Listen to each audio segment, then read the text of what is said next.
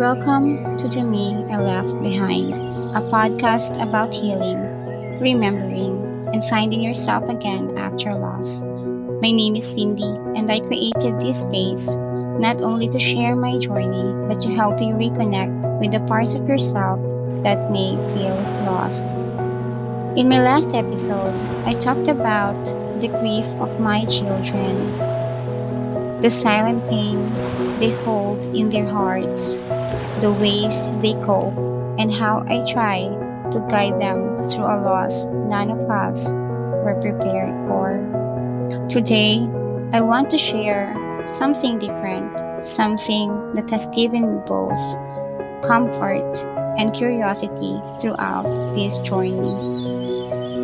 The little moments, the unexplainable things, the ways our loved ones remind us that they are still with us even if we can't see them.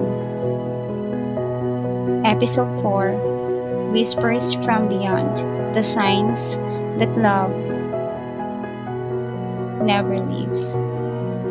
When my husband passed, I found myself searching for anything that could bring me closer to him. Since I was little, I had heard people talk about signs from their loved ones who had passed away. Small, seemingly ordinary things that carried extraordinary meaning. At first, I wasn't looking for signs. I was looking for him. I was desperate to feel him near, to find proof that he was still watching over me and our children, that he is still a part of my world. I joined widowhood support groups, hoping to understand if what I was feeling was normal. I wanted to hear how others were coping, to see if their pain mirrored mine.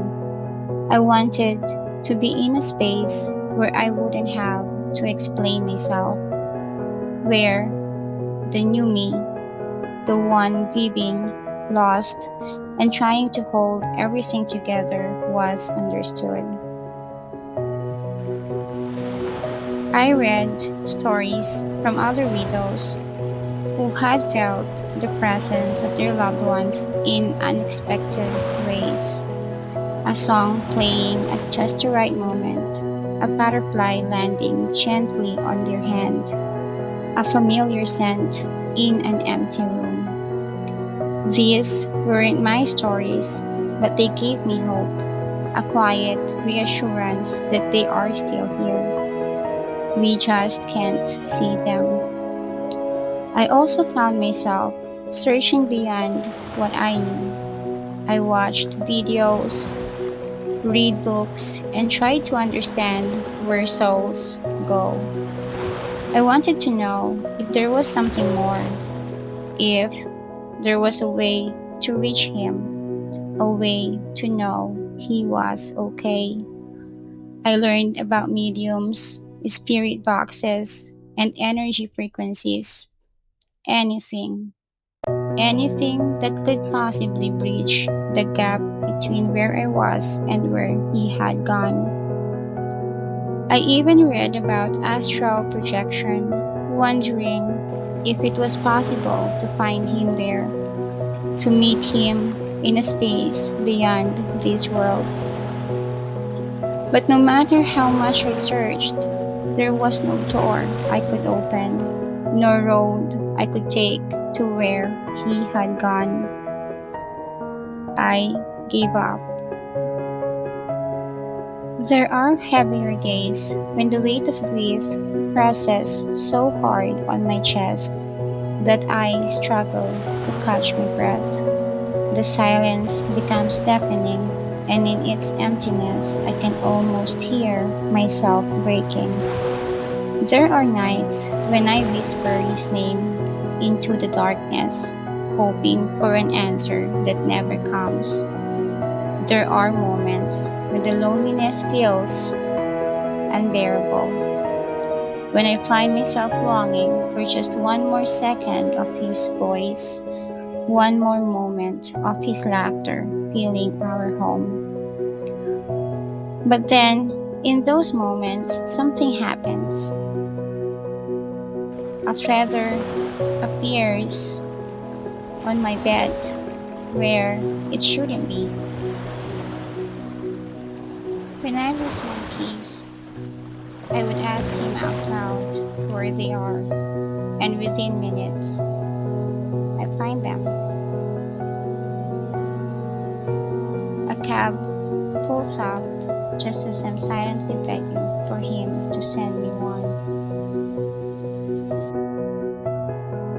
Are these coincidences? Maybe. But to me, they are love notes from him. Reminders that he is still with me in the only way he can be. They may not be here physically, but their spirit never truly leaves. I hope that if you too are searching for a sign, you open your heart to the little moments, the ones that make you pause, the ones that feel like love wrapping itself around you. Because sometimes, the ones we've lost find the quietest, most beautiful ways to remind us that we are never truly alone. For today's reflection, have you ever felt the presence of a loved one in an unexplainable way? What small moments of signs have given you comfort in your grief? And how do you keep the memory of your loved one alive in your daily life? Thank you for being here.